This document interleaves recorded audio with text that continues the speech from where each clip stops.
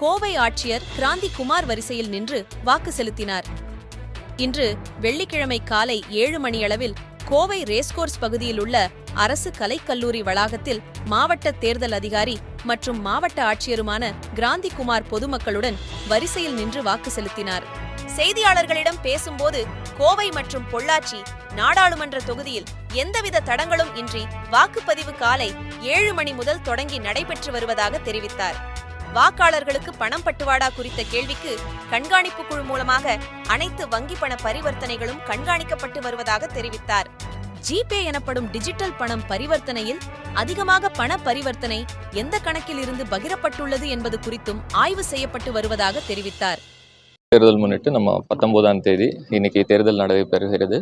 எல்லா பக்கமும் நம்ம மாக் போல் நேரத்தில் ஆரம்பிச்சுட்டு ஒரு சில இடங்கள்ல எங்கெங்கே இவிஎம் இஷ்யூஸ் இருக்கோ அங்கே ஜோனல் ஆஃபீஸர்ஸ் போயிட்டு அதை ரெக்டிஃபை பண்ணிட்டு இருக்காங்க. மக்கள் எல்லாரும் இன்னைக்கு நம்ம இந்த ரேஸ் கோர்ஸில் பகுதியில் இருக்கிற இந்த கவர்மெண்ட் ஆர்ட்ஸ் காலேஜ் இதில் நான் ஓட்டு போட வந்திருக்கேன்.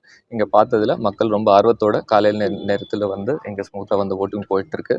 இதே மாதிரி எல்லாரும் கோயம்புத்தூரில் இருக்கிற அனைத்து வாக்காளர்களுமே இன்னைக்கு வந்து 100% நம்ம வாக்களிப்பது அச்சீவ் பண்ணுறது ஒத்துழைப்பு கொடுப்பார்கள் நம்புகிறோம். எல்லா ஃபெசிலிட்டிஸ் நம்ம பண்ணியிருக்கோம். குறிப்பாக ஹீட் அதிகமாக இருக்கிறதுனால எல்லா பக்கம் ஷேட் அரேஞ்ச்மெண்ட்ஸ் பண்ணியிருக்கோம். கிளஸ்டர் பூத்ஸில் வந்து நீர்மோர் பந்தல் அரேஞ்ச்மெண்ட்ஸும் பண்ணியிருக்கோம். இந்த பீஸ்ஃபுல்லாக இந்த ஓட்டிங் நடக்கணும்னு நம்புகிறோம். சார், கோவை பொள்ளாச்சி தொகுதியில் எங்கேயாவது வாக்குப்பதிவு இயந்திரங்களில் பழுது ஏற்பட்டிருக்கா?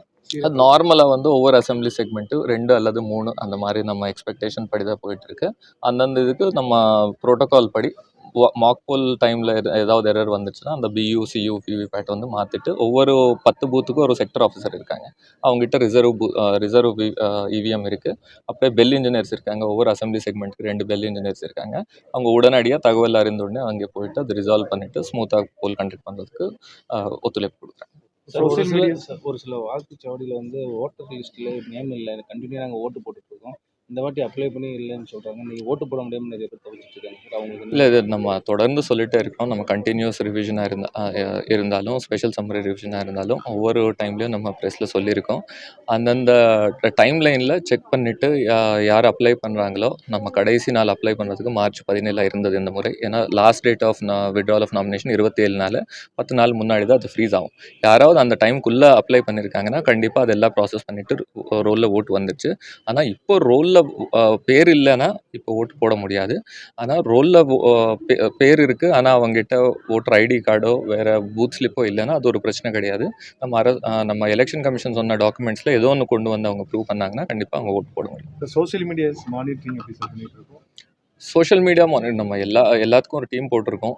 நம்ம மீடியா மானிட்டர் பண்ணுறதுக்கு ஒரு எம்சிஎம்சி இருக்கிறது படியே சோஷியல் மீடியா செல்லும் இருக்குது. எல்லா வயலேஷன்ஸ் அதில் மானிட்டர் பண்ணிவிட்டு இருக்கிற வயலேஷன்ஸ்க்கு வந்து தேர்தல் ஆணையம்க்கு சொன்ன நடவடிக்கைகள் வந்து எடுத்துக்கொண்டு வருகிறோம். சார், இந்த பணம் கொடுப்பாங்க நம்ம பேங்க் மானிட்டரிங் பண்ணிட்டு இருக்கோம்.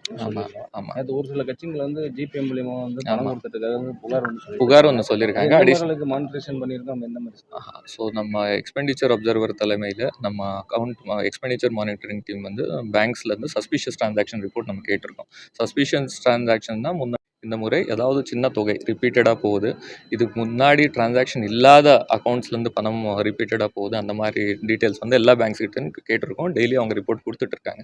அது டீம் அனலைஸ் பண்ணுறாங்க, எக்ஸ்பெண்டிச்சர் அப்சர்வர்ஸ் அனலைஸ் பண்ணுறாங்க. ஃபர்தர் ஏதாவது புகாரில் ஸ்பெசிஃபிக் டீட்டெயில்ஸ் நம்ம வந்த புகாரில் ஸ்பெசிஃபிக் டீட்டெயில் இல்லாமல் இருந்தது, ஸ்பெசிஃபிக் டீட்டெயில் ஏதாவது கொடுத்தாங்கன்னா கண்டிப்பாக ஏதாவது டிரான்சாக்ஷன் ஐடி யாருக்காவது அந்த மாதிரி வந்துருச்சுன்னு டிரான்சாக்ஷன் ஐடி அந்த மாதிரி ஏதாவது கொடுத்தாங்கன்னா கண்டிப்பாக அது யூஸ்ஃபுல்லாக இருக்கும். அந்த பேங்க்ஸ்லேருந்து நம்ம இன்ஃபர்மேஷன் வாங்கிட்டு நடவடிக்கை எடுப்போம். தேங்க்யூ.